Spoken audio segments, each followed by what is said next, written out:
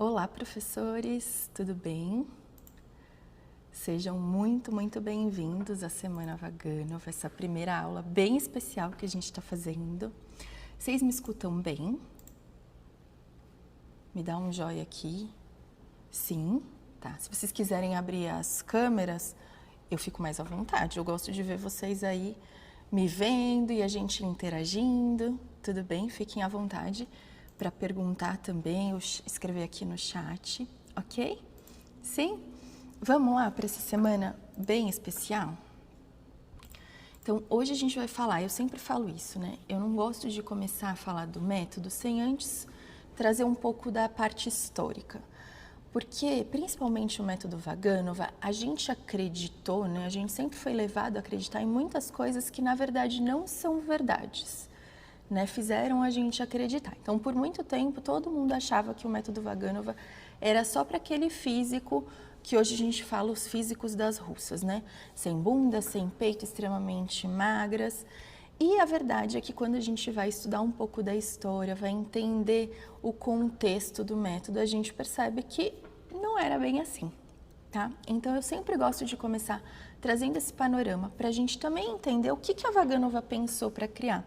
Porque a partir disso a gente consegue também levar uma informação melhor para os nossos alunos e aplicar o método de uma maneira muito mais efetiva do que só falar sobre os movimentos, tá? Porque a parte histórica vai complementar toda essa parte dos movimentos em si, tudo bem? Eu vou compartilhar minha tela, vejam se vocês conseguem ver a apresentação. Conseguem? Sim? Ótimo, então bora lá. Nessa primeira aula, o que é, né? Qual é a história do método? O método, ele vai ser criado pela Agrippina Vaganova, né? E ele é publicado, né? Ele vira público em 1934. Então, só para vocês terem uma ideia, o método é muito novo. Fazem menos de 100 anos, né? Só em 2034 que ele vai fazer 100 anos de criação. E para vocês terem uma ideia, o Petipa faleceu em 1910. Então a Vaganova, ela conviveu realmente, ela viveu e ela esteve na companhia nesse período que o Petipa estava vivo. Então ela viu toda a criação desses grandes balés que a gente tem até hoje, tá? A Vaganova, ela foi aluna da Escola Imperial, que hoje tem o nome dela, a Escola Vaganova, em São Petersburgo. Na época era chamada Escola Imperial do Teatro Mariinsky. Tá? Ela entrou na escola criança, com 9 anos, 9, 10 anos. Ela fez todo o processo da escola, estudou 8 anos, se formou na escola e foi contratada pelo teatro. Ficou a vida dela dentro do teatro e se aposentou em 1917, tá? Uma coisa bem interessante é que a Vaganova, ela era filha do porteiro do teatro. Ela era uma criança de uma realidade pobre que foi para a escola, né, e mudou a vida dela lá no teatro. Quando ela se aposenta em 1917, é um período bem difícil para ela, né, e ela começa a dar aulas. Mas ela não começa a dar aula no Teatro Mariinsky, ela começa a dar aula em outras escolas, ainda não na escola oficial, né, e ela já começa a desenvolver e testar esse método dela, né, pensando no que ela viveu anteriormente, que era... Depois a gente vai falar desse método que ela aprendeu antes dela criar o dela, né? Então ela começa a criar e ela começa... E só em 1920, quando os professores estrangeiros começam a sair da Rússia, que ela vai para a escola oficial, para a escola imperial. E lá ela começa a formar os bailarinos que passam por ela, né? E a primeira bailarina que ela forma é a Marina Semionova, em 1925. E esse é um período muito importante, porque o que acontece? Quando eclode a Revolução Russa, a gente já vai falar um pouco mais sobre ela, dá uma decaída no balé na Rússia. E por alguns anos não se tem nenhuma grande bailarina que o público vai ao delírio. E a Marina Semionova, nessa formatura dela, o público todo levanta e aplaude ela de pé. Foi assim, extremamente mágico. Ela veio e revolucionou aquela época. Só que as pessoas falaram, a Vaganova teve sorte.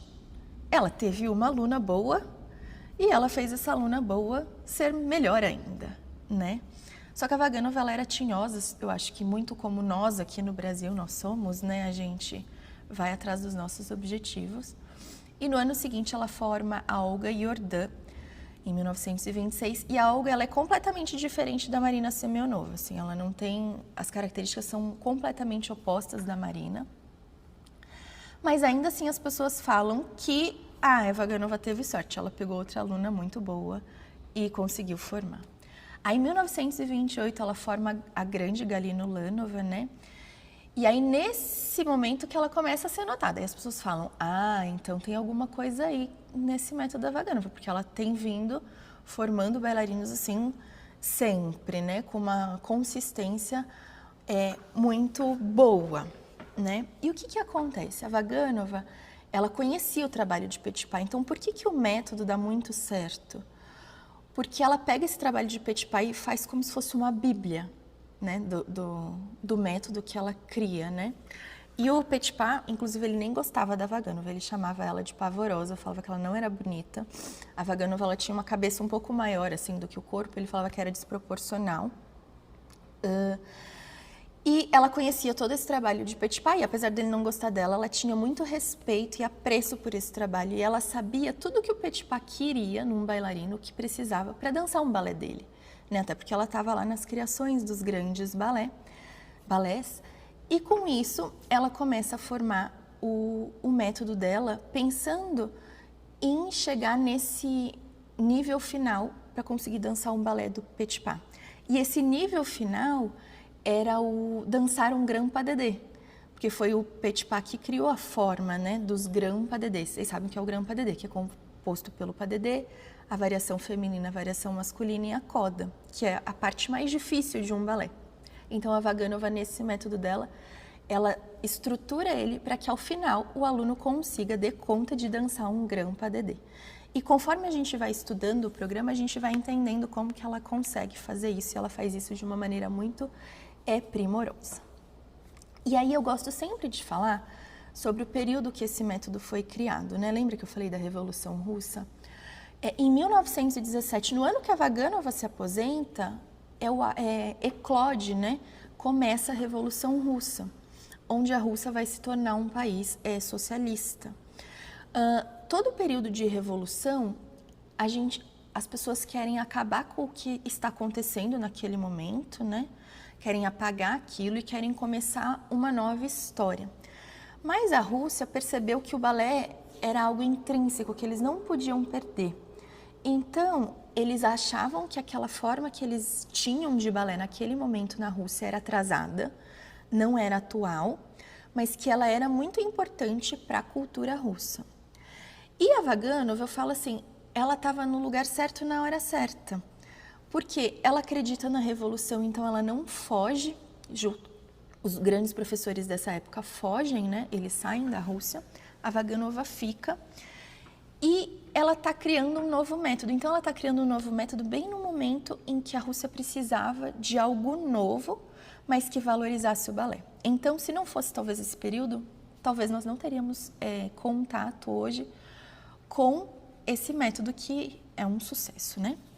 E aí, em 1934, como eu falei, a Vaganova publica o livro Fundamentos da Dança Clássica, que é esse livro. A gente tem uma versão dele em português, traduzido pela Ana Silva Silvério.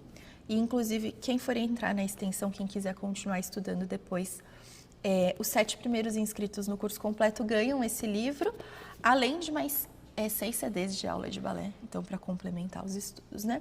E a Vaganova lança esse livro, e esse livro vai dar base curricular para toda a Rússia, né? O que acontece? Quando o país se torna socialista, tudo é regido pelo governo. Então, diferente, por exemplo, do Brasil, a gente vive numa democracia. Eu posso escolher aqui da método Vaganova, a Quênia pode escolher dar o método da Royal, a Noemi pode escolher dar o método francês e ninguém vai falar nada. Você vai ser livre para fazer o que você quiser, né? E no socialismo não, então o governo decide que o método que seria aplicado na Rússia seria o método da Vaganova. E aí eles dão esse poder para ela. Inclusive, em 1934, eles fundam a Faculdade de Pedagogia do Balé Clássico, onde a Vaganova vai dirigir e vai formar esses novos professores, tá? A Vaganova transforma, então, todo o ensino que existia na Rússia e ela dá para ele um caráter nacional, porque ela pega tudo que eles aprenderam do balé, traz o que ela considera importante da alma russa e cria esse novo método, tá? E ela vai fazendo uma comparação entre o método que na época era usado, o francês e o italiano, para criar esse método dela, ok? E aí eu sempre gosto de falar, vou até parar de compartilhar, o que a Vaganova, ela aprendeu, né, antes dela criar o método dela, porque ela aprendeu algo, né? Então, na Rússia, nessa época, o que acontecia, né? Eles investiram muito dinheiro na formação do balé russo. Então, lá no século XVII, quando a Rússia inicia essa cultura da dança, os ricos donos de terra da Rússia investem muito pesado. Então, eles trazem os maiores nomes da Europa para ensinar na Rússia. E por que na Rússia o balé ele tem assim um desenvolvimento muito mais rápido do que nos outros lugares? Porque na Rússia, diferente dos outros lugares, ele não chega para a nobreza. Eles até tentam trazer o balé para as pessoas mais ricas, né, da Rússia, mas eles não conseguem, porque a Rússia tinha aquela religião ortodoxa. Então, eles eram proibidos de dançar. Então, para eles conseguirem trazer o balé para a Rússia, eles trazem para as pessoas mais pobres. Então, primeiro chega para os militares e também para os orfanatos, tanto que o Bolshoi de Moscou foi criado dentro de um orfanato. Os ricos donos de terra trazem grandes nomes para ensinar os servos deles. Então, os escravos que eles tinham eram ensinados por grandes nomes da dança da Europa. Então, eles investiam dinheiro mesmo. E não só dinheiro que eles investiam, eles construíram teatros dentro das fazendas para que esse balé fosse ainda mais prestigiado, assim, para eles terem uma casa mesmo de espetáculos, tá? Então, a Rússia investiu muito dinheiro e nessa época eles levaram duas pessoas muito importantes, o Petipa e o Cecchetti. O Cecchetti, ele tem um método italiano. E a Vaganova, ela adorava o Cecchetti, mas ela não conseguiu fazer aula com o Cecchetti. Ele não dava aula para a turma dela quando ele esteve na escola. E sabe o que ela fazia? As alunas do Cecchetti,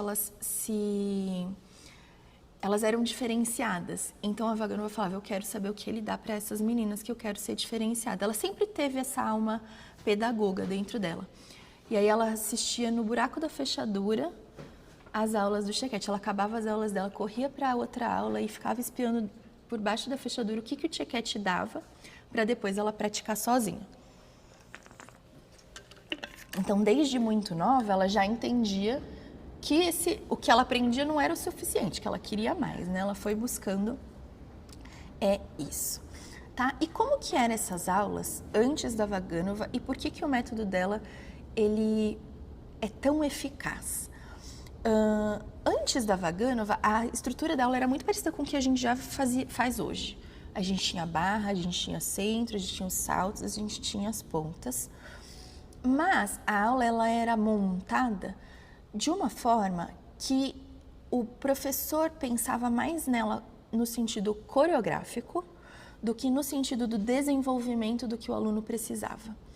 Então, ele ia dar uma sequência, mas era para a sequência ser bonita, é para essa sequência ser dançada. A gente ouve muito isso aqui no Brasil ainda, né? Eu vou dar uma aula dançada. Ela não era pensada para que o aluno desenvolvesse as capacidades físicas e artísticas que ele precisava de cada nível. Então, esse é um dos pontos, né, que a Vaganova revoluciona, que ela cria um método passo a passo. O que o aluno tem que aprender no primeiro ano? Que musculatura ele vai ter que desenvolver? Qual é o passo básico que ele tem que aprender? Por exemplo, para eu chegar num Grand GT, quais são todos os passos anteriores que eu tenho que desenvolver? Então, a Vaganova, ela cria nesse método dela um passo a passo para você formar o bailarino do absoluto zero até o nível mais avançado, né? A gente não consegue falar tudo isso aqui na Semana Vaganova porque o conteúdo é muito extenso e quem quiser se aprofundar, a gente fala todos esse passo a passo, a gente vai por cada movimento, né, lá na extensão universitária. Então, vocês recebem o passo a passo de como vocês vão ensinar cada detalhe do movimento, desde como se posicionar numa primeira posição, de colocar uma postura, até fazer cada movimento e como esses movimentos eles são decompostos, tá? Que isso que é muito importante.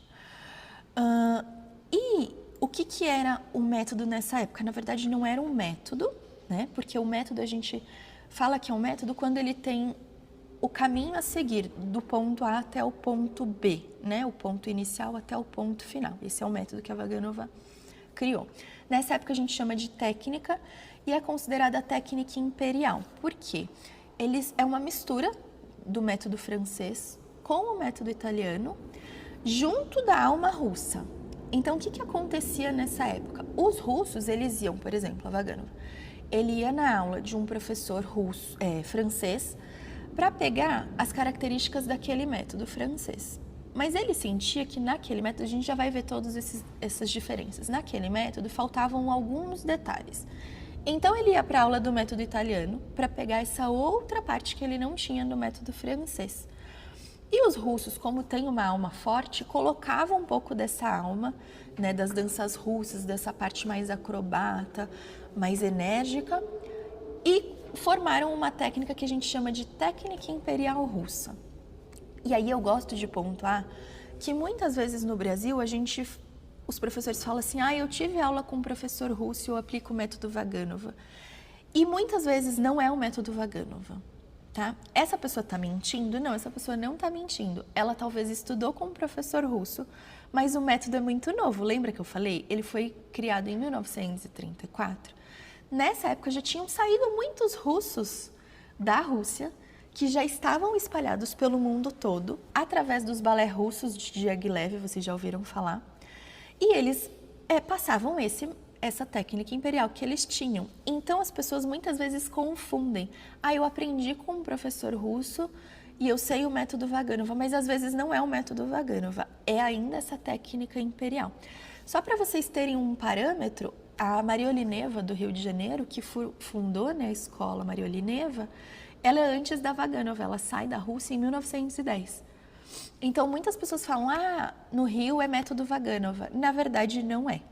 Porque a Mariolineva não chegou a ter contato com a Vaganova em si, com o método, tá? Então, muitas vezes a gente vai ter esse impasse das pessoas falarem, mas eu aprendi o método Vaganova, mas não é isso.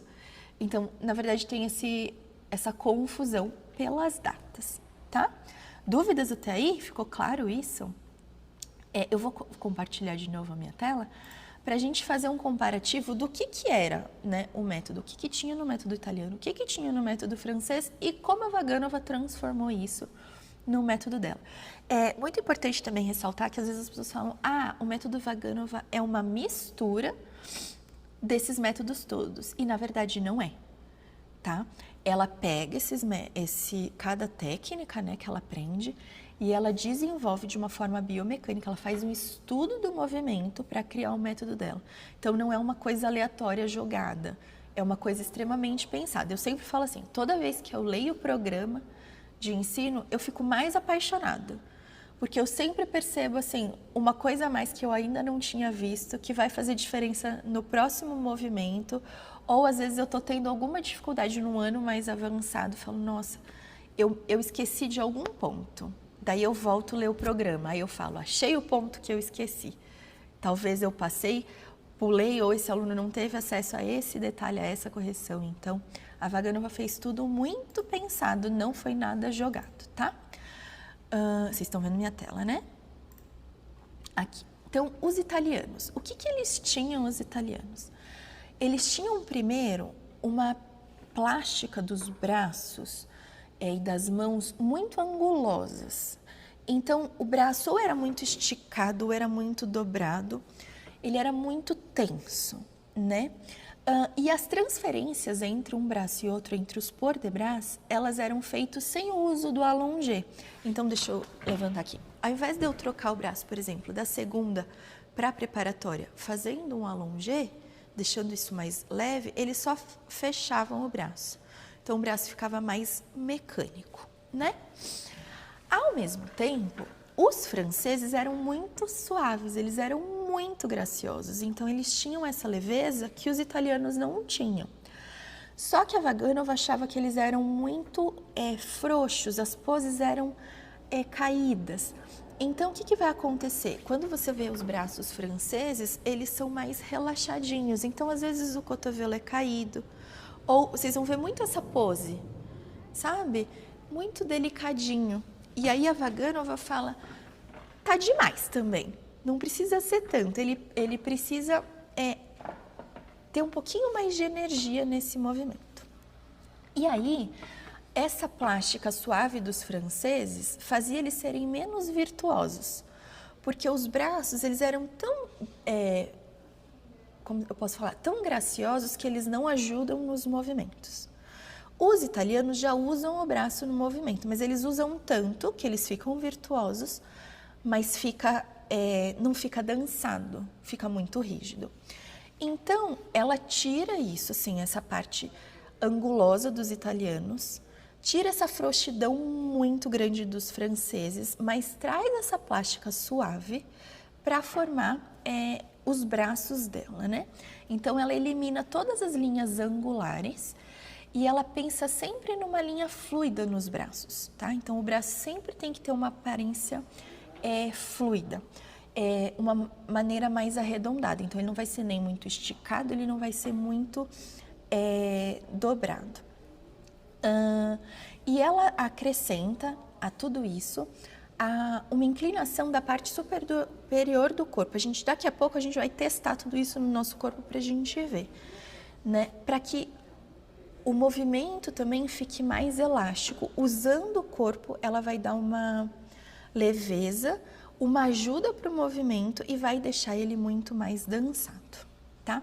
Além disso, ela vai conseguir uma maior amplitude das pernas, tá? E do equilíbrio através dessas inclinações do corpo, né?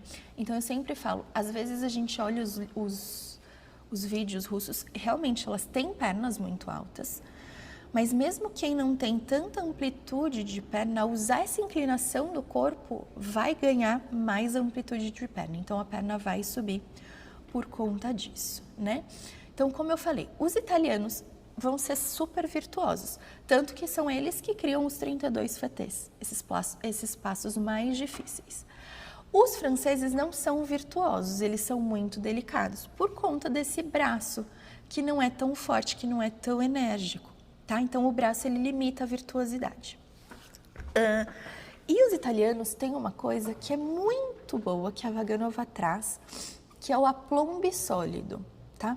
Esse aplombe é a força do corpo que vai trazer o equilíbrio e vai dar dinâmica de giro, força, sustentação do corpo, uma facilidade de mover as pernas e os braços, tá? Só que eles eram muito fortes, como eu falei. Então, quando a Vaganova traz as inclinações, ela usa esse aplombe, usa essa força do corpo, mas deixa esse aplombe mais elástico, tá? Mais móvel. Então, isso vai trazer uma característica muito dançante para o método, tá? Que mais? Os italianos, eles vão subir nas pontas por um pequeno pulo. Eu nem gosto de falar pulo, né? Mas é como se eles fizessem um pulinho para subir nas pontas. E os franceses, não. Os franceses sobem por essa articulação do pé. Então, eles passam meia ponta e sobem na ponta, né? O que a Vaganova pega? Ela pega essa subida dos italianos, que é por esse pulinho, mas ela faz, eu falo assim, que ela troca, é como se fosse um soluço. Porque se você der um pulo, você vai machucar a coluna. Então, ela dá um soluço para subir na ponta. Por quê? Porque quando a gente sobe na ponta por esse pequeno pulinho, naturalmente o joelho ele estica rapidamente. o corpo se força com esse pulinho a trazer a energia necessária para a gente ficar nas pontas. Quando a gente sobe articulando, o corpo ele vai tranquilo e às vezes o joelho não estica tão bem. Então não traz essa energia, esse equilíbrio que ela precisa, tá?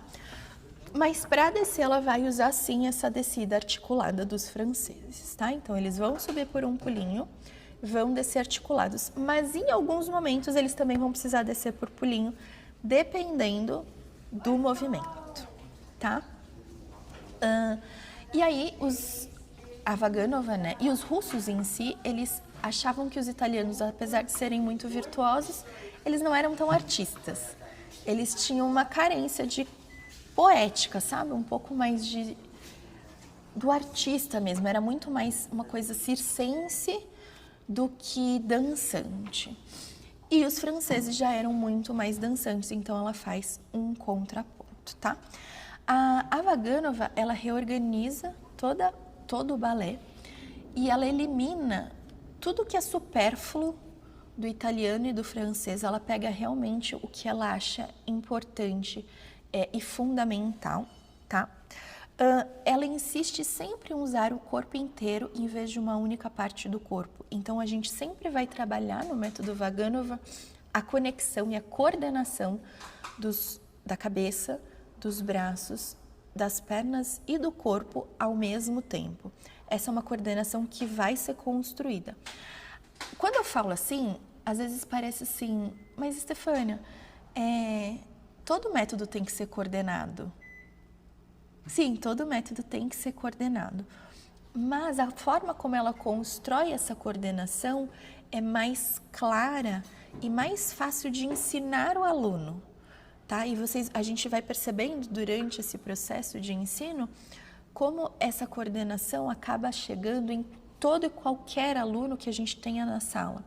Porque às vezes em outros métodos eu sinto que a criança que já é coordenada, ela tem uma facilidade, mas a criança que tem dificuldade com a coordenação, é muito difícil a gente fazer com que ela entenda essa coordenação. Então a forma que a Vaganova constrói esse processo para a criança ficar coordenada serve para todos os alunos, independente da facilidade, da dificuldade dele, tá? Outra coisa que ela usou, é muito importante, é que ela colocou o Tannier como uma preparação básica para qualquer tipo de pose ou piqué, tá? Eu vou mostrar aqui para vocês o que é, porque muitas vezes a gente entende o Tannier, né, em outros métodos como esse movimento, né? Essa transferência de peso, certo? Vocês falam isso, né, em outros métodos. A Vaganova, ela troca isso. Ao invés dela fazer esse plié nas duas pernas, para deixar o movimento mais elegante, ela vai fazer a transferência do Tannier sem passar pelas duas pernas no plié. A perna de trabalho, ela transfere esticada. Então, por exemplo, eu vou me colocar para um movimento, eu vou fazer um Tannier. Eu dobro só a perna de trás, a perna da frente se mantém esticada e eu piso. Percebe que dá uma leveza maior do que eu fazer isso? Aqui parece que o movimento quebra e volta. E da forma que ela coloca, é contínuo, tá? Então, todos os movimentos que a gente for ter, por exemplo, todos os movimentos que seriam piquês, vai ter sempre essa transferência de peso pelo Tannier. Ela adora o Tannier, e aí ela cria várias formas de Tannier. A gente não vai conseguir explicar nessa semana Vaganova, isso foi na semana Vaganova do ano anterior a gente fez, mas depois eu compartilho lá no grupo, que eu tenho uma série de vídeos desses Tanniers para vocês verem como ela vai criando esses Tanniers durante o processo, né? Todos eles que existem. Então essa é a nossa forma de transferir o peso ou de se colocar. Eu vou me colocar para uma variação. Entrei no palco, é com esse Tannier que a gente vai se colocar, certo? E aí a gente vai agora entender, e agora eu vou querer que vocês façam junto comigo, tá? A gente vai entender as noções, os elementos fundamentais do método. Por que eu gosto sempre de dar isso?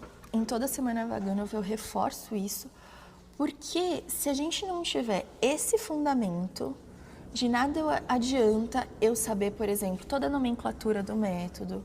Não adianta eu querer passar os movimentos mais difíceis se eles não têm essa base muito consolidada.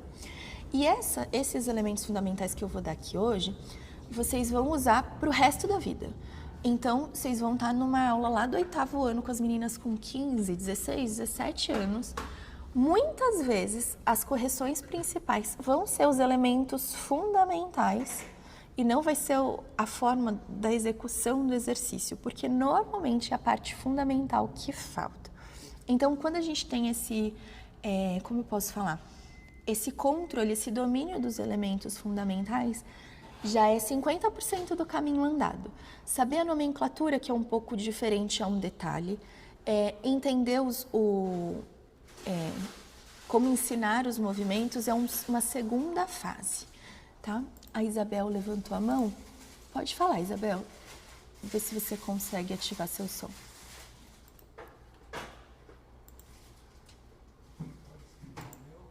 Conseguiu, não? Se quiser escrever no chat, pode. Tá? Então tá, vamos lá.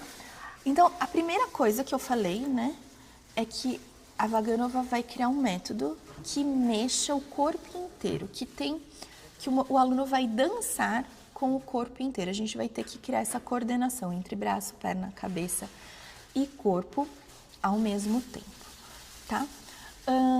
Eu falo assim, a Vaganova, ela reinventa o balé russo usando a força, a flexibilidade e a resistência.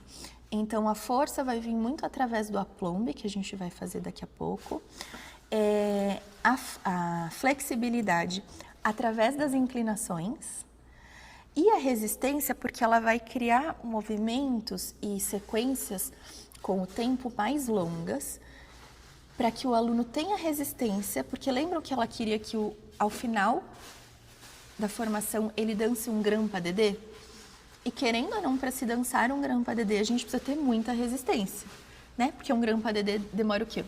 No mínimo uns 10 minutos. Então, ter essa resistência de dançar um Grand-pas-de-deux ao final. E isso ela vai criando através dos anos,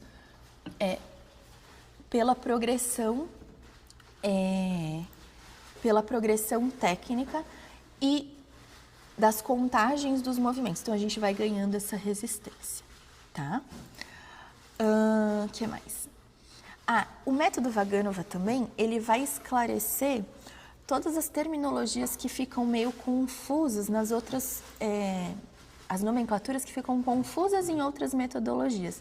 Então, a Vaganova, ela normalmente simplifica todas as nomenclaturas. E um detalhe importante é que, assim, a Vaganova, ela fala assim, o nome do movimento, o nome principal do movimento. Então, por exemplo, Battement tendu. O nome principal vai ser escrito em francês, certo? Todas as especificidades do movimento devem ser escritas na língua nativa. Então, por exemplo, se eu quiser falar Battement tendu na frente, eu não vou usar o termo Battement tendu en avant ou devant.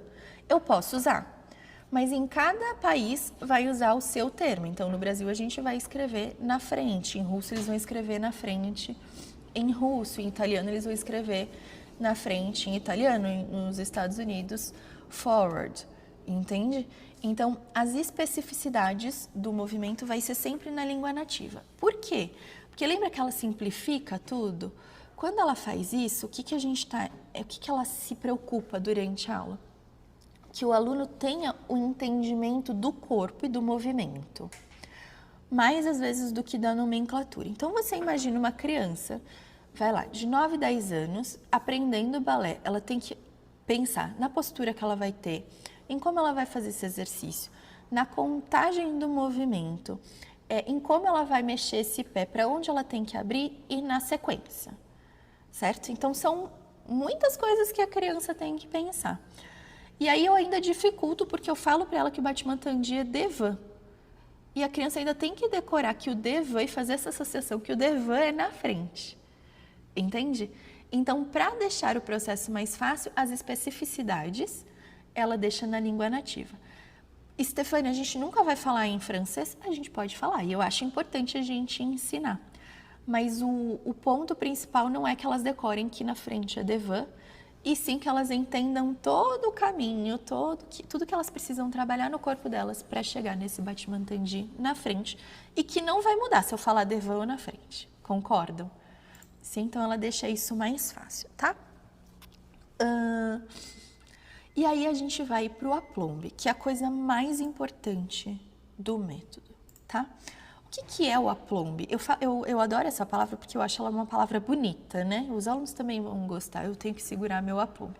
Mas nada mais é do que a nossa postura, tá? Então a gente poderia traduzir o aplombe para a palavra postura. Mas não é só segurar essa postura.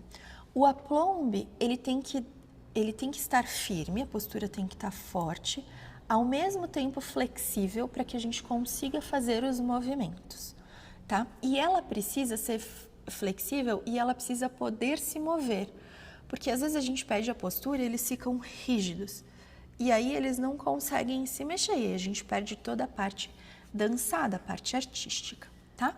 Então, vamos levantar comigo para a gente ir entendendo cada partezinha desse aplombe, pode ser? E aí eu quero que vocês sintam junto tudo isso. Eu vou olhando vocês por aqui, tá? Podem ligar as câmeras aí. Então a gente vai começar o aplombe, eu sempre gosto de começar o aplombe por baixo, tá? Então não precisa ficar numa primeira posição super aberta, pode ficar numa posição mais livre. A gente vai pensar no aplombe de baixo para cima, então aqui a partir do nosso quadril. Então, a primeira coisa, a gente vai pensar em empurrar o bumbum para baixo, pensando em ativar essa musculatura dos glúteos. E eu falo assim, imagina que a gente quer encostar um glúteo no outro, assim, como se fosse um coração. Então, eu faço essa força de empurrar o glúteo para baixo, tentando encontrar um no outro. Ao mesmo tempo que eu vou puxar essa parte do meu quadril aqui, ó, os ossinhos, para cima. Tá? O que acontece muitas vezes é que elas relaxam isso e olha essa parte da frente, ela vai para trás e aqui ela forma um V, tá vendo? Esse vinco, a gente quer que isso aqui esteja reto, tá? Isso vai ajudar a gente também a ganhar mais ativação na parte do andeor, então isso empurra para baixo, isso empurra para cima, tentando manter essa parte do corpo reta, tá? A partir disso, vocês já sentem que tem uma certa energia aqui no quadril, nos glúteos? A gente vai para o abdômen. E a gente costuma falar assim, prenda o abdômen, não é? A gente sempre fala essa palavra, prende o abdômen. E muitas vezes os alunos entendem que prender o abdômen é fazer isso, ó. E aí vocês percebem que eu meio que dou uma arredondada nas minhas costas, né? Eu fico menor. Eu não gosto de falar a palavra prende o abdômen. Pense em puxar o abdômen para cima. Eu falo para os meus alunos assim, o abdômen ele tem uma relação tóxica com a costela, então eu vou puxar o abdômen para cima e colocar ele embaixo da costela, ó. Consegue perceber a diferença da hora que eu puxo o abdômen para cima do que eu só puxar o abdômen para trás? E eu ainda continuo com essa força lá nos glúteos, tá? Quando eu puxo o abdômen para cima, elas tendem a abrir a costela, elas fazem isso. E aí que entra a relação tóxica. A costela vai fechar para segurar o abdômen, ok? Então, eu puxei o abdômen para cima dentro da costela e a costela fechou, segurou meu abdômen. Sentiram? Estão sentindo essa energia do corpo? Isso é muito importante. Aí, a gente vai chegar nos ombros. E aí, os ombros, a gente tem que pensar que os ombros, eles são para baixo e abrindo, tá? Eu vou virar de costas aqui, ó. Às vezes os alunos acham que segurar, abaixar os ombros é fazer este movimento. Percebe que fica um vinco aqui? Não, a intenção é abrir as escápulas, para que quase não tenha esse desnível da escápula atrás, tá? Mas pensando em puxá-la para baixo e abrir. Imagina que alguém passou a mão na escápula e fez esse movimento, ok? Sentiram essa força? Aí a gente vai chegar no pescoço. Normalmente, quando a gente fala isso dos ombros, elas tensionam o pescoço. Ele fica assim, ó, tenso. O pescoço é livre. E a gente chega na última parte, que é a cabeça. A cabeça, a gente fala que ela é nobre e natural.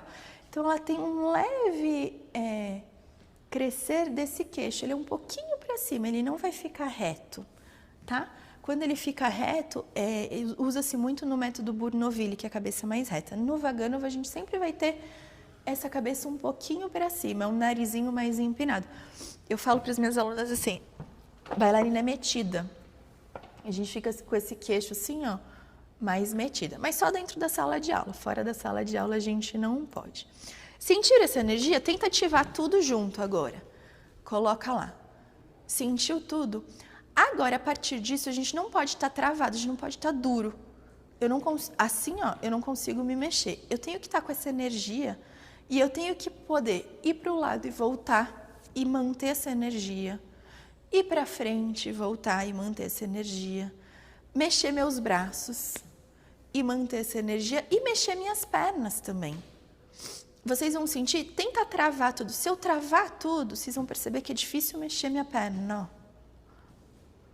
Agora, se eu só tivesse energia com essa, não uma força demais, né? Só essa energia de colocar, a minha perna pode fazer o que ela quiser. E aí o corpo, ele tem que acompanhar esse movimento para buscar esse equilíbrio, mas sem relaxar, tá?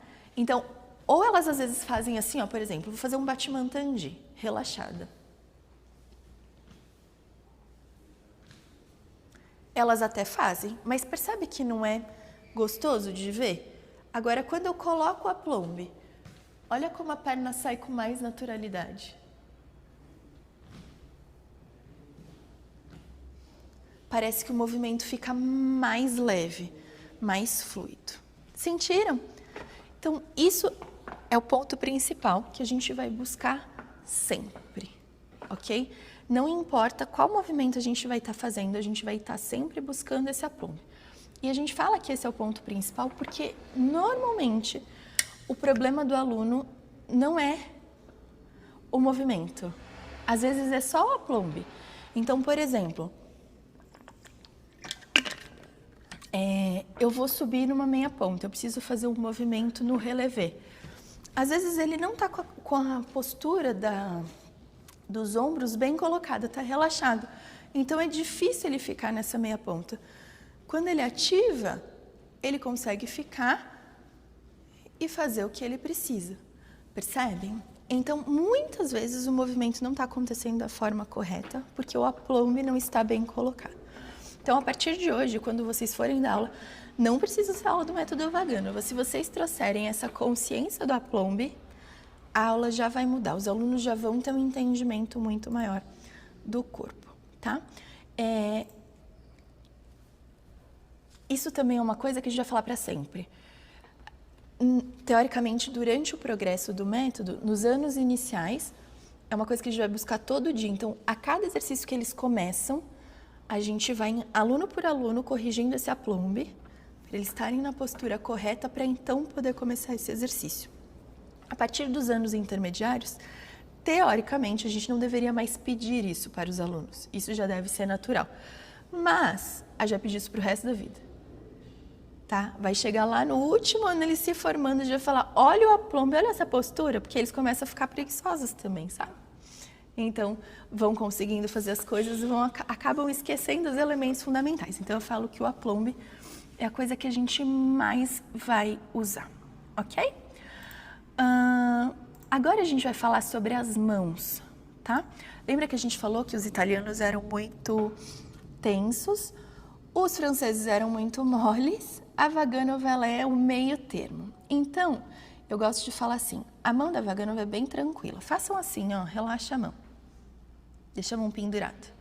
Percebe que os dedos eles estão naturais aqui, ó. Eles não estão nem muito dobrados e não estão tensos. Eles estão relaxadinhos. Essa é a força que os dedos vão ter. Agora já pensar nesse dedo do meio indo um pouquinho para dentro. Isso.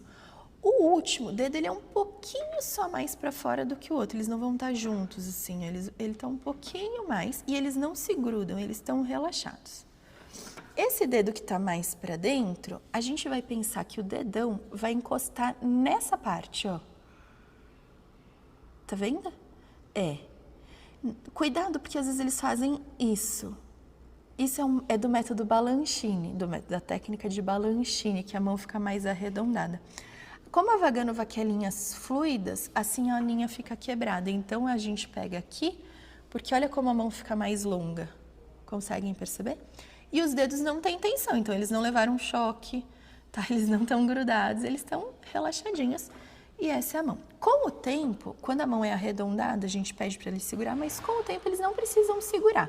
Ele pode estar um pouquinho relaxado, tá? Agora, se o aluno ficar assim, ó, eu sempre falo, segura lá o dedo. Ou vocês podem colocar um anel ou uma moeda e pedir para eles segurarem no início para eles acostumarem com esse dedo. Então, pega um anel, ó, coloca aqui para eles segurarem, ok? Essa é a forma da mão arredondada. E aí percebam que ela não pode ter nada, tirando esse dedo que vai para frente, ela não tem nenhuma tensão, né? Agora, quando a gente for fazer o allongé, todas as formas de allongé, então as poses do arabesque, quando eu for fazer o allongé para trocar, esse dedo que segurava, ele vai soltar, porque senão a mão fica caída, tá vendo? Então eu solto ele um pouquinho e eu ponho um pouquinho mais de energia nos dedos para os dedos irem longe. Tá vendo? Ele não vai ficar relaxado. Agora eu tenho uma certa energia. Eu falo, sabe aquele filme ET que ele quer encostar o dedinho assim, a minha casa, sabe? É essa a intenção. Aí eu fico na frente dos meus alunos e falo assim, encosta aqui no meu dedo, encosta. Tem que ter um raiozinho para chegar nos dedos, tá? Não pode estar assim relaxado, porque a gente perde a forma do braço. Conseguem perceber que o braço está numa linha fluida, que ele não está nem muito quebrado, nem muito esticado, ok? Então, essas são as duas formas que a gente vai usar na mão, sempre. E eu falo, a Vaganova, ela é meio obsessiva com as mãos. Então, muitas vezes você vai estar fazendo o exercício, o aluno está pensando, o que acontece? A gente vai pensar no andeora, já vai pensar em esticar o pé, vai pensar em esticar o joelho, vai pensar em esticar colocar o aplombe, e a mão nisso, ela sofre, e ela fica numas poses assim, horrorosa. Então, vocês têm que ir lá e colocar a mão do aluno para a mão ficar bonita, porque a gente vai pensar no movimento como um todo. Eu não posso estar linda com as pernas e a mão toda estranha, ok? Sentiram essa mão? Depois das mãos, a gente vai para os braços, tá? Então, lembra que a Vaganova simplificou todos os métodos? Ela deixa de uma forma bem simples. Inclusive, eu sempre gosto de falar isso. Vocês sabem por quê?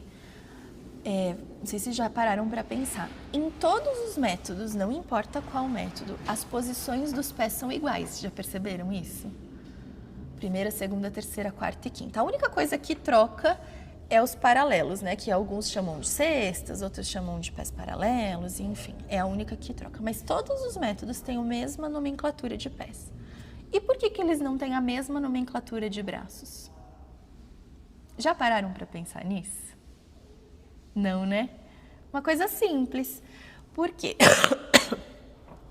Quando o balé foi criado e quando ele começou a ser codificado lá com o rei Luís XIV, lembram disso, o Rei Sol? Lá foram criadas as posições de pés pelo Pierre Belchamps.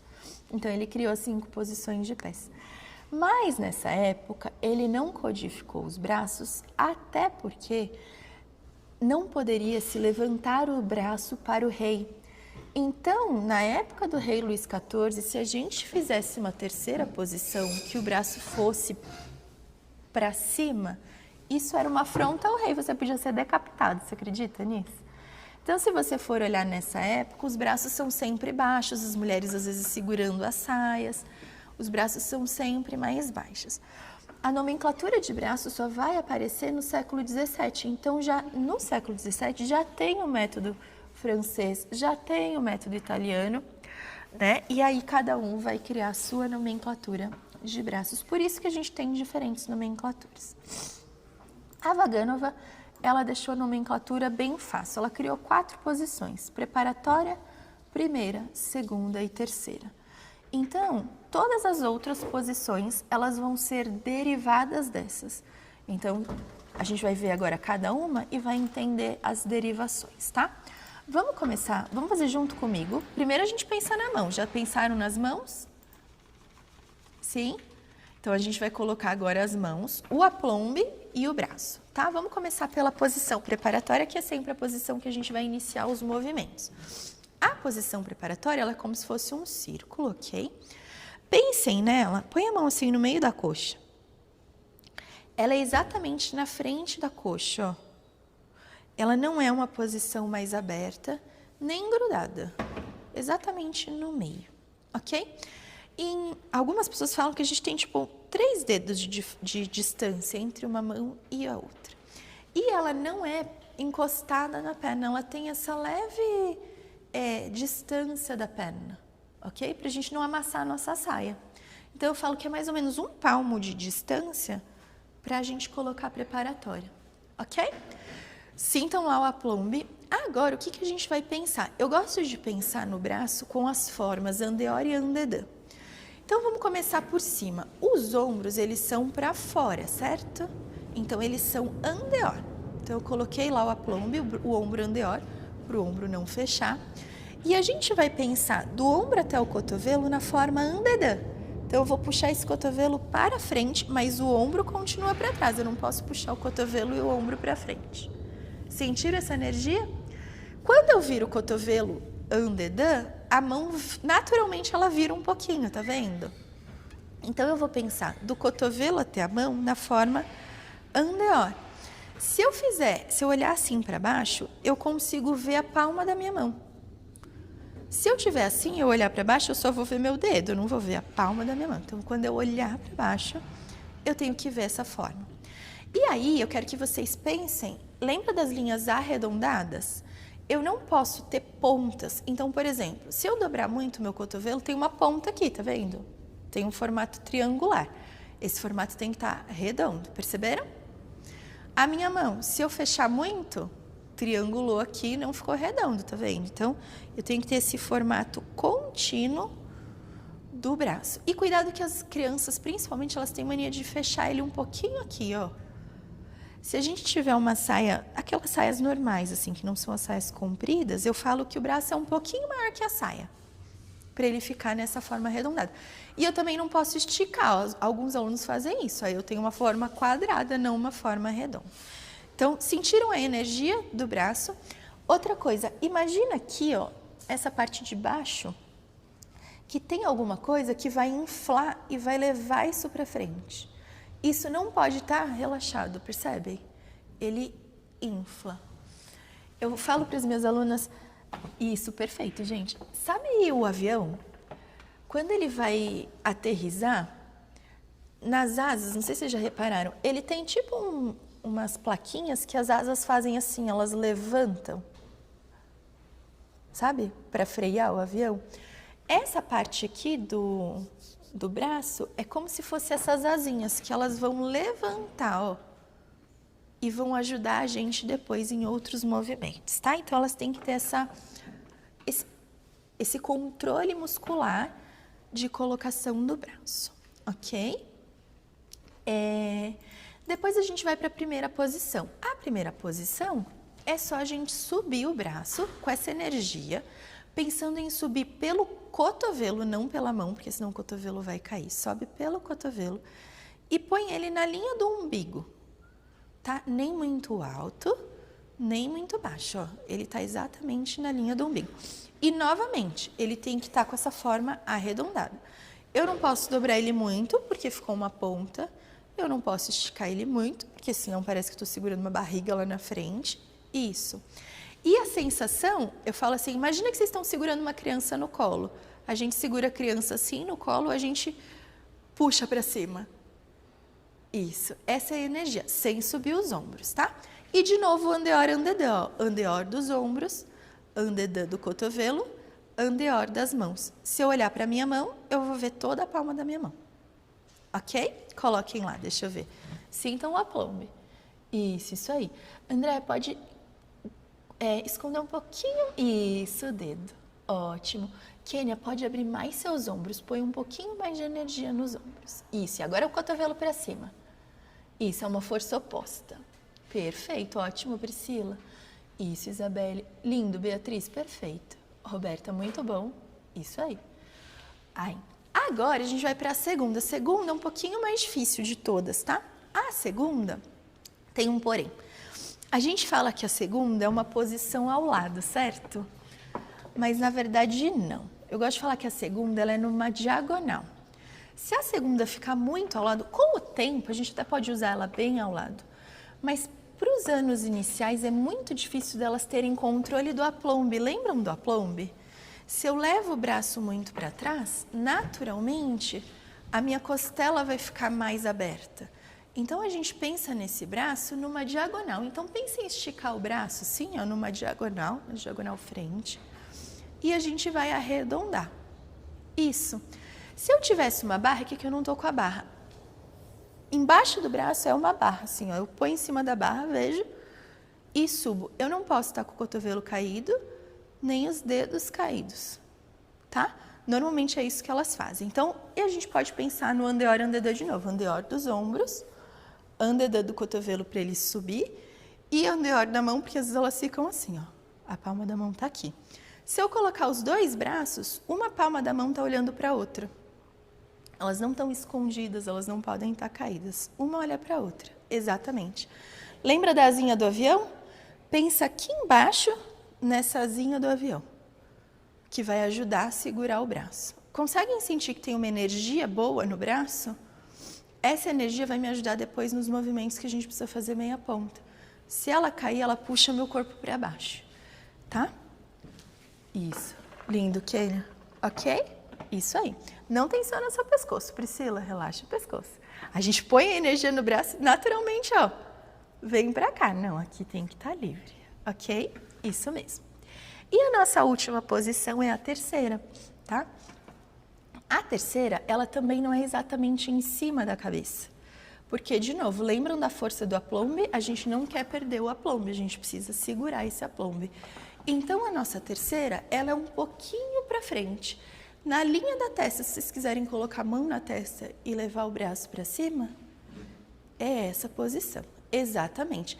Sem mexer a cabeça, se eu só olhar para cima, eu consigo ver as minhas mãos. Só cuidado para ela não ficar muito aqui, porque aí vocês vão tampar o rosto, tá? Só olhando aqui eu já consigo ver as minhas mãos.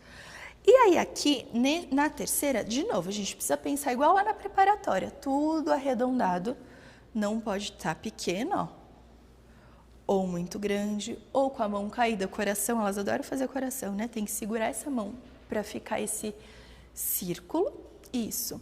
E tem um outro detalhe importante, olhem de lado aqui para mim. Assim vocês não veem meu rosto, tá vendo que meu cotovelo tá tampando o meu rosto? A gente precisa mostrar o rosto aqui na frente, ó. Então, nesse caso, eu vou puxar esse cotovelo um pouquinho para trás. Vocês conseguiram ver meu rosto agora? Para me ver de perfil, tá? Essa energia é muito importante para todos os braços que são da terceira. Às vezes elas estão bonitas na pose, mas o braço tá assim, ó. Relaxado, eu falo, tá segurando um vaso, ó. Não tá segurando o vaso. Energia no cotovelo, ok? E tem um outro detalhe. Toda vez que a gente pede... Eu falo, gente, porque eu sou muito... Eu falo assim para os meus alunos. Eu sou muito verdadeira. Eu vou contar aqui para vocês tudo que os alunos vão fazer errado. Aí, quando vocês chegarem lá na aula de vocês, vocês vão falar assim, putz, a Estefânia tinha razão. Eu corrigi isso, eles erraram isso. Aí eu corrigi isso, eles erraram isso. Eu vou sempre ser bem sincera com vocês, porque eu acho que todo mundo aqui tem a mesma realidade. A gente não escolhe aluno. O aluno faz quando vem, né? Falta muito, nem todo mundo quer. Então, a gente tem uma realidade verdadeira da escola. Quando a gente pede esse cotovelo, aí eles fazem assim com a mão, ó. A mão vira pra frente. Eu falo, ixi, viraram todos toureiros. Não é toureiro. Uma mão tem que olhar pra outra. E se a gente olhar pra cima, a gente vai ver de novo a palma da nossa mão. Tá? Então, sempre a gente tem que olhar na palma da nossa mão. Com as crianças, vocês podem até escrever alguma coisa. Eu sou linda. Escreve seu nome para quando elas olharem, elas conseguirem ver. Tem professor que às vezes põe um espelhinho, ao invés de segurar um anel, segura um espelhinho. Quando olha, elas têm que ver lá o rostinho delas nesse espelho. Ok? A Raquel perguntou, no cambré, mostra o rosto também. Sim, Raquel, quando a gente for fazer, a gente não vai chamar de cambré no método Vaganova, a gente vai chamar de inclinação do corpo atrás, ou por debra atrás, ó. Vou abrir. Quando eu for para trás, eu mantenho esse cotovelo para vocês continuarem vendo o meu rosto. Eu falo assim para os alunos: as pessoas pagam para ver o nosso lindo rosto, a nossa maquiagem. O coque pode estar perfeito, a gente vai caprichar no coque, mas ninguém quer ver nosso coque. Porque se for assim, as pessoas vão ver só a parte do cabelo, não vão ver o nosso rosto. As pessoas pagam para ver nosso rosto. Sorridente, inclusive. Né? Deu até aí? Dúvidas das posições? A gente vai ter só essas posições. Todas as outras são as composições delas. Então, se eu tiver isso aqui, um braço na primeira, outro braço na segunda. Se eu tiver essa posição, um braço na terceira, outro na segunda. Se eu tiver essa, um braço na terceira, outro na preparatória. Um braço na terceira, outro para a primeira. Então, a Vagano vai deixar fácil. Os alunos precisam decorar só 4 braços e os outros, querendo ou não, são iguais, ok? Dúvidas até aí? Não? Tá, a gente falou, a Jaque perguntou se vai ficar disponível. Eu vou disponibilizar essa aula, tá? Ela tá sendo gravada. Quando acabar, a gente coloca para vocês lá no grupo, tá bom? E aí, os slides que eu mostrei para vocês, com todos os braços, tudo eu também vou disponibilizar, tá bom? Vamos para os arabesques? Os arabesques são as formas em allongé, tá? E aí, no método Vaganova, a gente vai ter 4 arabesques, tá? A Vaganova também simplifica. Quem não tá no grupo, depois me chama no Instagram, que aí eu mando, pode ser? Eu mando o link para entrar no grupo, tá bom? Se alguém não tiver. Os arabesques. A gente vai pensar, lembra da mão? Agora é a mão em allongé, tá bom? A gente vai ter 4 arabesques, se vocês quiserem anotar. O primeiro e o segundo são numa posição effacé, tá? E o terceiro e o quarto são na posição croisé. Então, a perna atrás, sempre com a perna atrás, primeiro e segundo effacé, terceiro e quarto na posição croisé, tá? Antes da gente ir para a posição em si, eu quero falar desse braço.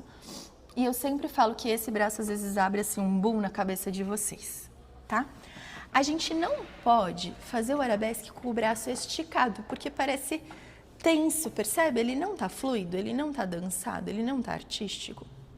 Então, a gente precisa pensar que esse cotovelo, ele é livre, tá vendo? Ele não é super dobrado, porque aí o braço fica anguloso, ele é livre. E eu gosto de falar para os meus alunos, olhem aqui na divisão do braço, percebem que tem uma linha?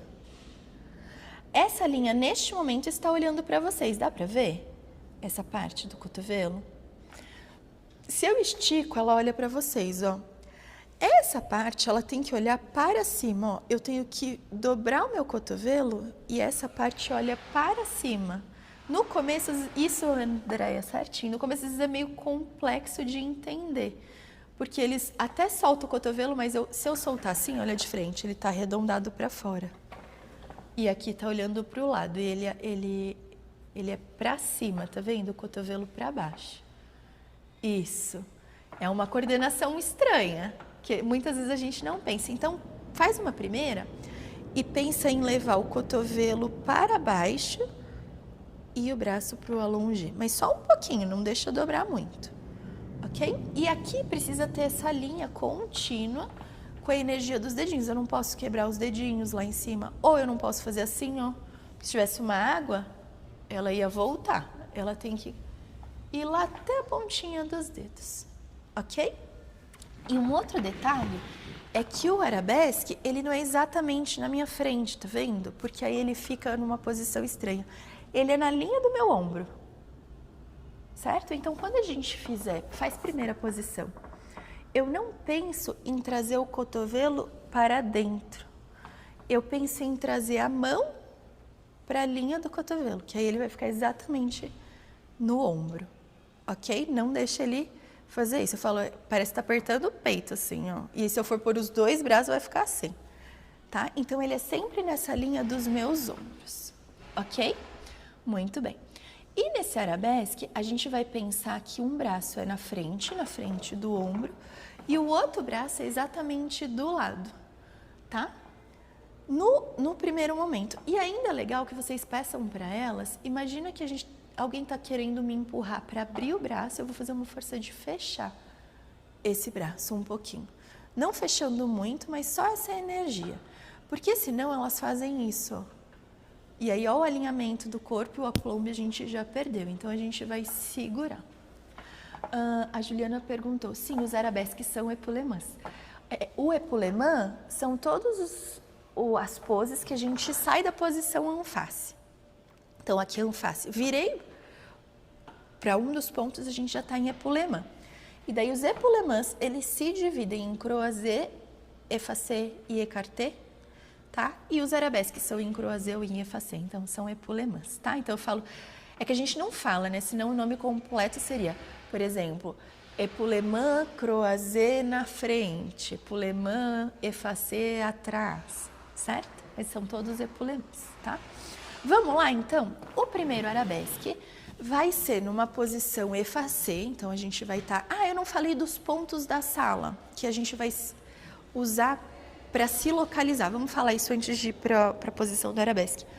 No método Vaganov, a gente usa como um relógio, no sentido horário. O 1 são vocês, e aí a cada 1/8 é um ponto. Então, essa diagonal frente é o número 1, ponto 1, de lado é ponto 2, a diagonal fundo da direita é ponto 3, 1, 2, não, desculpa, gente, frente 1, ponto 2, ponto 3, ponto 4. De costa 5, aí do lado esquerdo, diagonal fundo 6, lateral 7, diagonal frente 8 e voltamos para o 1. Então, é sempre o sentido horário bem fácil, tá? Dependendo do método, isso tem outras nomenclaturas, tá? O método Vaganov é bem simples. Fiquei com uma dúvida. O encontro do braço e o antebraço fica para cima. Isso, exatamente, Adalgisa. Tá? Ele fica para cima, não para o lado, tá vendo? Eu consigo ver esse risquinho olhando para cima. Então, a gente vai virar, como eu vou fazer a perna de base direita, a perna esquerda, eu vou virar para o ponto 2, com a perna atrás, o braço direito na frente e o braço esquerdo ao lado. Olho lá. Aí, lembra da posição do aplombe? Eu tenho que ter energia nesse aplombe, tudo colocado, eu não posso estar relaxado. Ó, se eu relaxar, percebe a posição? Fica caída, eu tenho que ter essa sensação de crescer, ó. O movimento não tem preguiça, tá? Então, esse é o primeiro arabesque. Poderia ser com o pé no chão ou com a perna alta, ok? Para o segundo arabesque, eu só troco. O que está na frente vai para o lado, o que está do lado vai para frente e a cabeça vai para a lateral. Então, aqui eu estou olhando para o ponto 8. Se eu estivesse para o outro lado, eu estaria olhando para o ponto 2, ok? Então, o primeiro eu tô com o braço direito na frente e o esquerdo ao lado.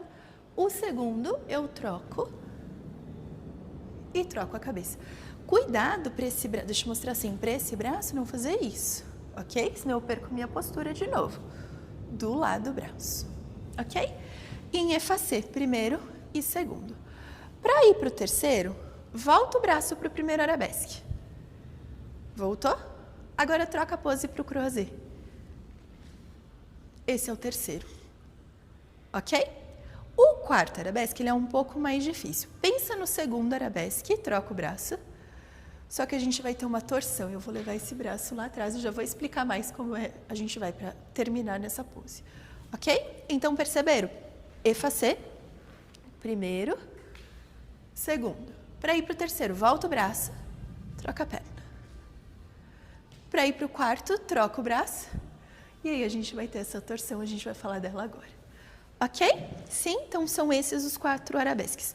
Essa posição, que em alguns métodos chamam de terceiro arabesque, para a gente vai se chamar allongé.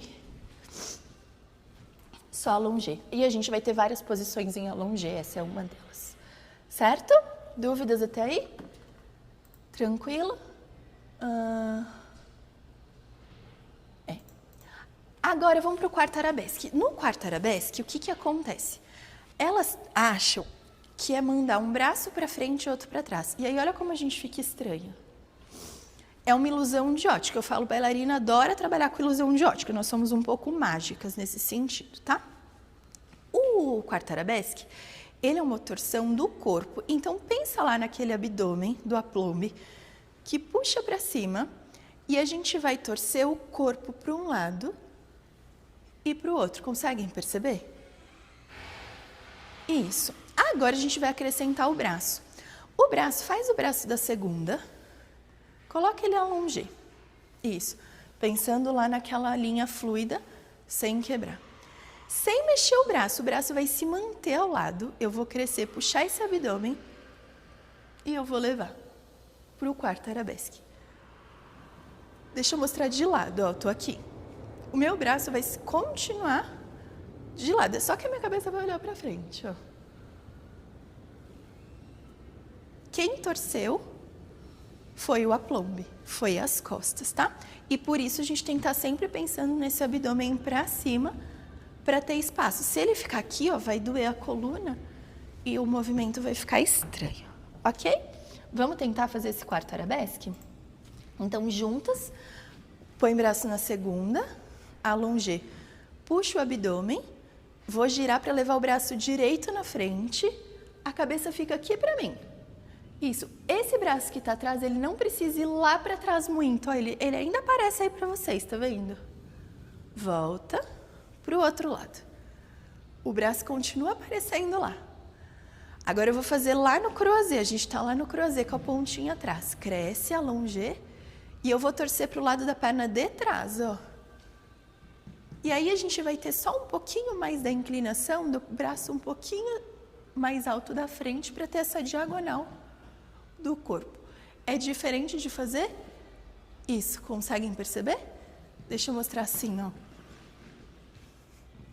Percebe essa diagonal? Sem fazer isso. Sim? Ficou claro esse quarto arabesque? Ele é bem bonito, certo? Não é tão simples. E aí, o processo de ensino é exatamente como eu fiz aqui para vocês. Primeiro, a gente só vai entender como torce as costas. Depois, a gente vai entender como torce as costas e o braço se mantendo na mesma posição. E só por último, a gente chega na posição. Percebe? É isso que a Vaganova faz dentro do método. É como a gente vai apresentar. Porque é muito mais difícil eu chegar para o aluno e falar, faz o quarto arabesque, sem eu ter entendido todos esses detalhes que a gente viu. Então, a gente vai construir essa consciência no aluno, pedrinha por pedrinha, miçanguinha por miçanguinha, para que fique tudo no lugar, tudo correto. Ok? Outra coisa muito importante, lembra que eu falei que a gente é meio obsessivo, né, com as mãos e com os braços, então a gente deve ser muito atencioso a todo esse movimento dos braços, para que eles sejam sempre expressivos, para que eles sejam leves, para que eles tenham essa forma artística e para que eles sempre ajudem no movimento, tá? Então o braço, ele não vai ser só uma pose bonita. Ele tem que estar me puxando para cima, ele tem que estar me ajudando a segurar meu corpo, ele vai ajudar no movimento. A forma como a gente vai mexer o braço nos saltos e nos giros vai fazer totalmente a diferença. Inclusive, a Vaganova, ela desenvolveu todos os tipos possíveis de giros. Antes dela não existiam tantos giros. Tanto que a próxima aula, a aula de quarta-feira, a gente vai falar sobre isso, os movimentos en tournant. Tudo no método Vaganova gira. Acho que só o plié que não gira. Todo o resto vai girar. Então, tandi, battement tandi, vai girar, vai ser en tournant. Battement jeté, vai girar, vai ser en tournant. Rond de jambe par terre, vai girar. Fondue, vai girar. Então, todos os movimentos vão girar no método Vaganova e vão ajudar no processo dos giros depois, das piruetas em si, das piruetas em grandes poses. Então, na próxima aula, a gente vai ver esses movimentos comuns, battement tandi, battement jeté, fondue, que giram, tá? Que não é comum em outros métodos, certo? Então, a Vaganova, ela desenvolve todo esse trabalho dos giros, tá? Alguém perguntou, o quarto arabesque, sempre quinta ou terceira croisé, e pode ser com qualquer um dos braços na frente? Não, Adalgisa, sempre é o braço da perna de base na frente. Coloca a perna atrás, né? Por exemplo, eu tô aqui. Aqui eu tô com a esquerda na frente, a perna direita de trabalho. Eu não posso girar para cá, porque olha de lado. Eu vou torcer meu quadril. Eu vou torcer para o lado da perna, ó. A minha frente é ao lado da perna de base. Percebe? Tá? Se eu torcesse para cá, elas iam ficar tortas. Sim? Aí se eu tiver com a outra perna para frente, eu troco a outra perna. Tá bom?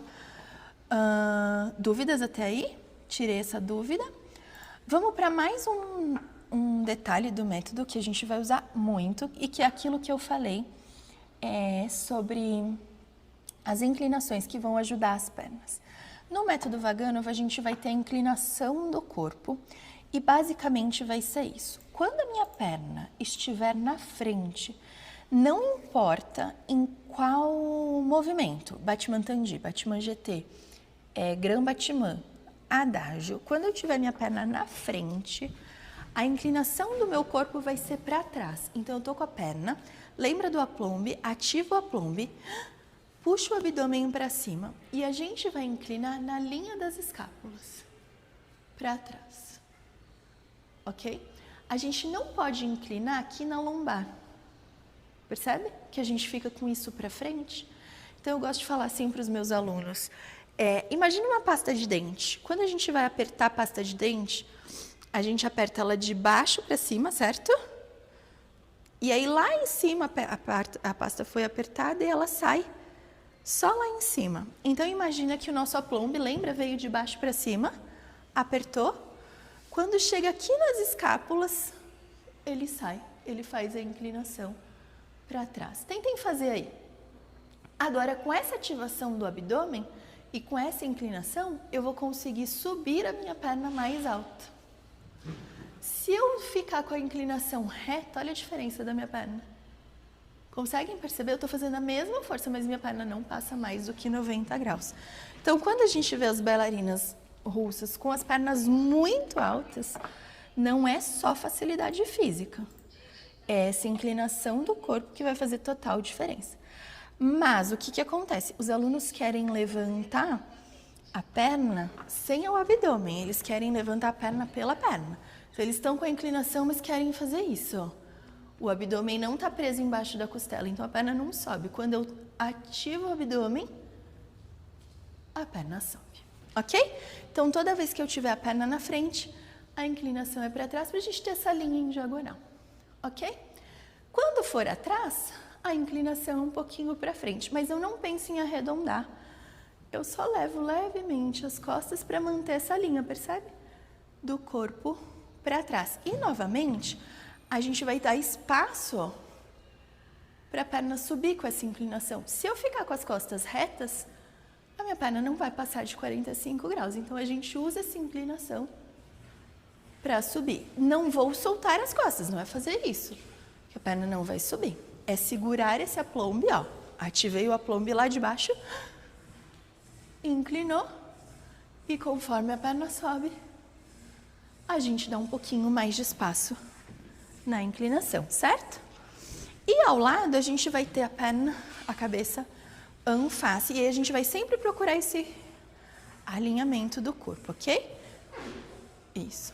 Na barra, a gente nunca vai olhar para a barra, assim, só nas posições dos écartés que a gente vai mudar essa cabeça, certo?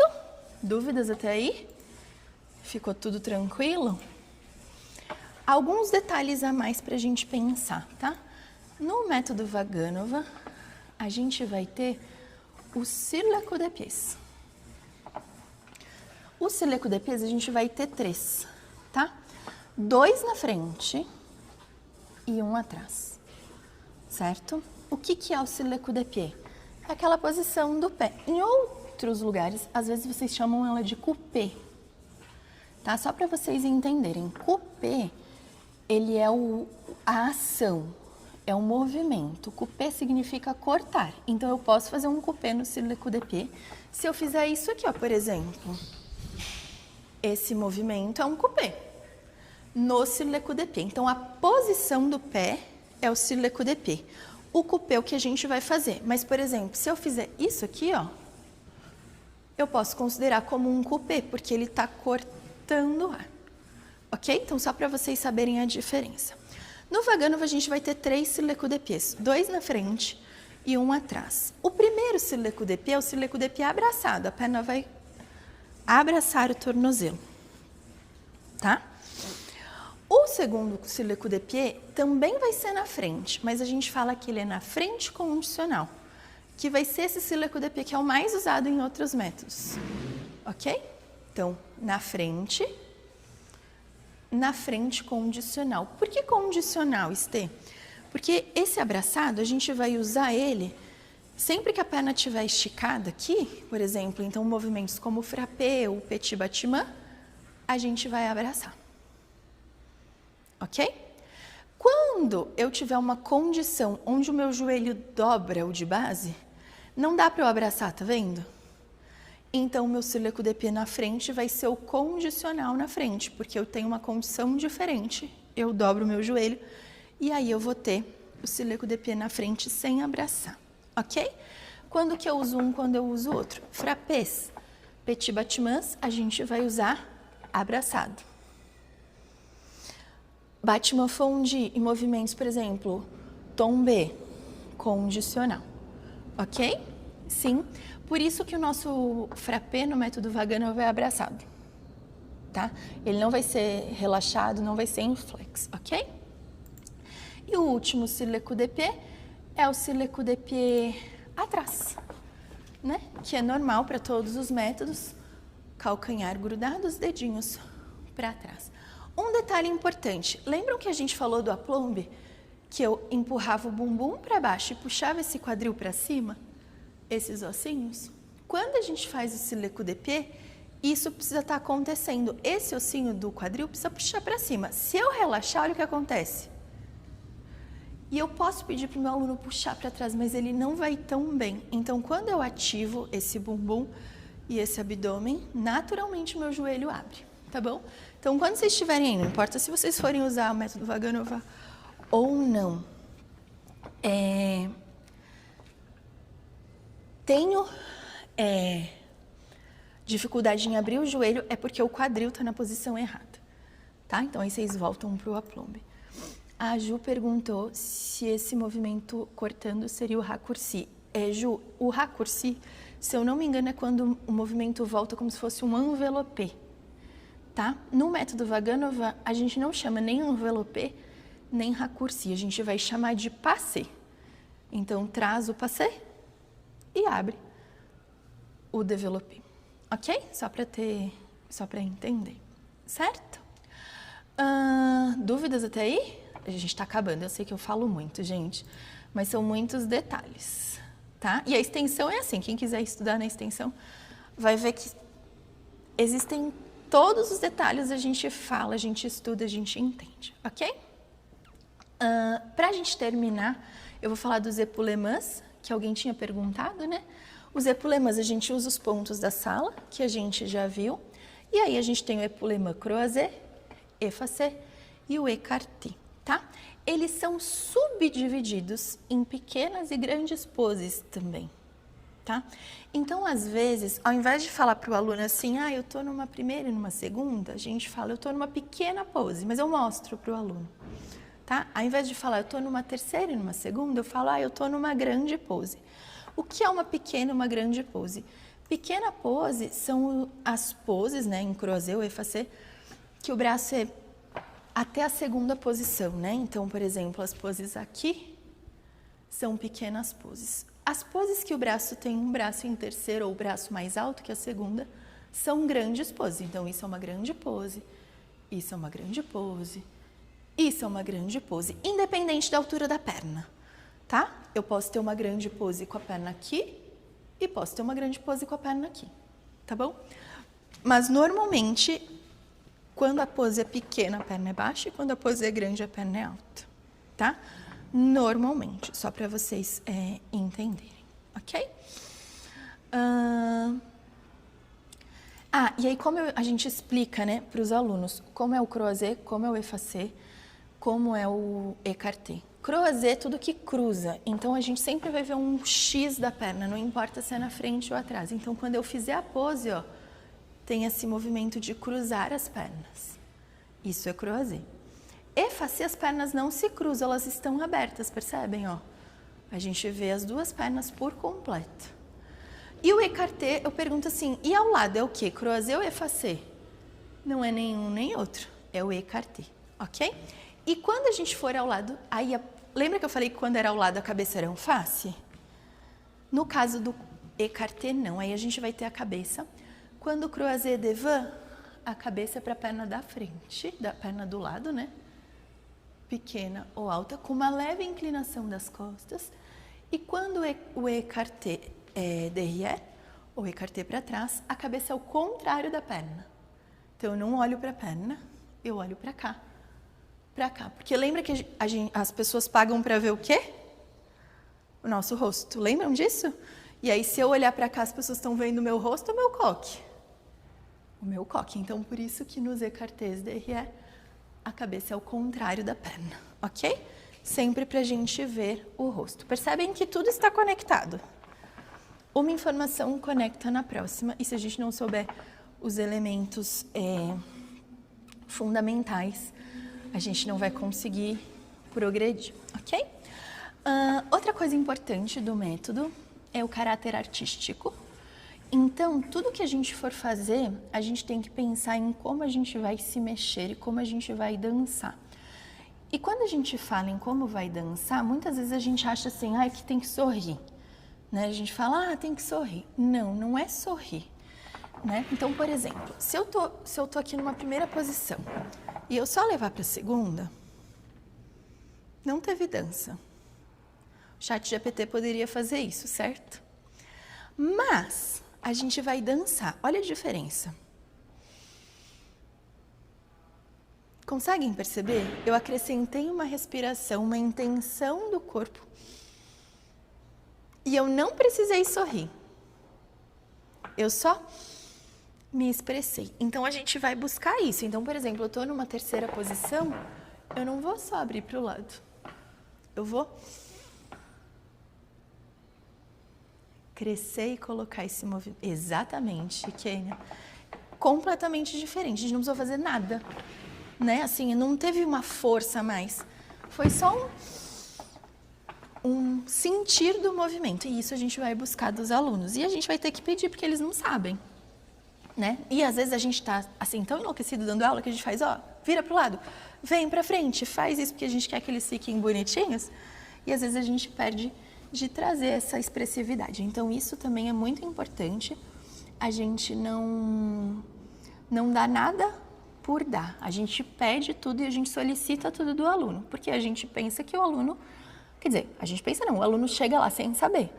E o que acontece é que muitas vezes, quando a gente sabe muito de alguma coisa, tem coisas que são óbvias pra gente, mas para o outro não são. Então, a gente precisa falar aquilo que é mais óbvio para a gente precisa falar, porque às vezes o aluno não faz. Não é porque ele não quer, porque ele simplesmente não sabe daquilo e para ele ainda não é óbvio. Em algum momento isso vai ficar, tá bom? E aí, para a gente terminar a aula de hoje, eu sei que eu falo muito, passei do horário, era para ser até 2 horas, mas enfim, é isso, ganharam meia hora de bônus. Eu sempre termino a primeira aula da Semana Vaganova lendo um trechinho aqui sobre uma aluna, Krasovskaya, foi uma bailarina que dançou com a Vaganova. Ela escreveu depois um livro sobre a vida da Vaganova, né? Ela é estudiosa. E aí ela traz assim pra gente uma frase que mostra como a Vaganova não tinha isso da seleção dos físicos, como ela não procurava esse físico perfeito, como ela realmente buscava, como ela queria ensinar para os alunos, tá? E aí a Krasovskaya, ela escreve assim, a sabedoria da Vaganova, talvez por causa de sua luta com suas próprias falhas, a Vaganova teve muito problema quando ela foi bailarina, sabe? Ela tinha muitas dificuldades. Permitiu que ela encontrasse um grão de talento onde ninguém mais poderia ver. A sua autoconsciência como professora tornou-se mais aguda, à medida que ela desenvolveu a visão que a encorajou a ficar com um aluno que todos ignoravam. Então, ela pegava aquele aluno que não tinha todas as facilidades, que não tinha o físico ideal, e ela via um grão de talento naquele aluno e ela trabalhava esse aluno, tá? Então, para vocês verem como não existia isso de seleção, como os corpos eram diferentes. E aí ela termina assim. Ela o fez obsessivamente, tentando de todos os meios ignorar uma centelha dada pela natureza. Os seus métodos vão variar dependendo da qualidade do material. Aparentemente, ela achou menos interessante trabalhar com alunos cujos corpos pareciam ter sido feitos de maneira ideal para a dança, mas que pareciam incapazes ou não queriam superar a inércia ou a preguiça. Então, ela preferia trabalhar com alunos com menos potencial, mas que queriam trabalhar, do que com esses alunos que a gente fala, são perfeitos, têm o físico perfeito. Então, isso é só para vocês entenderem que muitas vezes a gente acredita que o método Vaganov é só para aquelas alunas perfeitas, com aquele físico extremamente magras. Mas aqui é a verdade, a Vaganova criou um método para todo mundo, tá? E ela nem podia ter criado um método que fosse só para algumas pessoas, porque lembra a época que ela estava na Revolução Russa, quando vem o socialismo e eles querem trazer tudo para todos, o socialismo é isso, né? A massa toda tem acesso aos meios, então ela não poderia fazer um método que fosse para pessoas privilegiadas, porque nem condizia com o sistema que eles estavam vivendo, ok? Então, só para a gente saber que a gente pode sim aplicar na nossa realidade e é possível ter resultados incríveis do método Vaganova mesmo, sem selecionar os alunos. Sim? Muito obrigada. Vamos tirar uma foto dos que sobreviveram até o final? Vamos? Tentem abrir a câmera aí. Vão ser 4 fotos, hein? Porque tem 4... a gente teve até 5, mas teve gente que fugiu. Eu sei que tem também trabalho, né? Agora ela abre uma câmera. A Alana disse que tá sem câmera. Ah, tudo bem, Alana, deixa a sua foto que tá bonita aí também. Dá um sorriso. Prontos, fiquem congeladinhos lá, que eu não sei qual é a câmera de vocês. 1, fica lá, não se mexe. 2, fica lá, mais uma. 3, e a última. 4, aí. Gente, muito obrigada. Espero vocês na quarta-feira, tá? Mas qualquer dúvida que vocês tiverem, eu vou abrir uma caixinha lá no Instagram, vou deixar lá, vocês podem me mandar.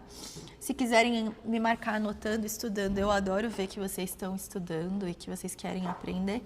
Qualquer dúvida eu tô lá à disposição, sim?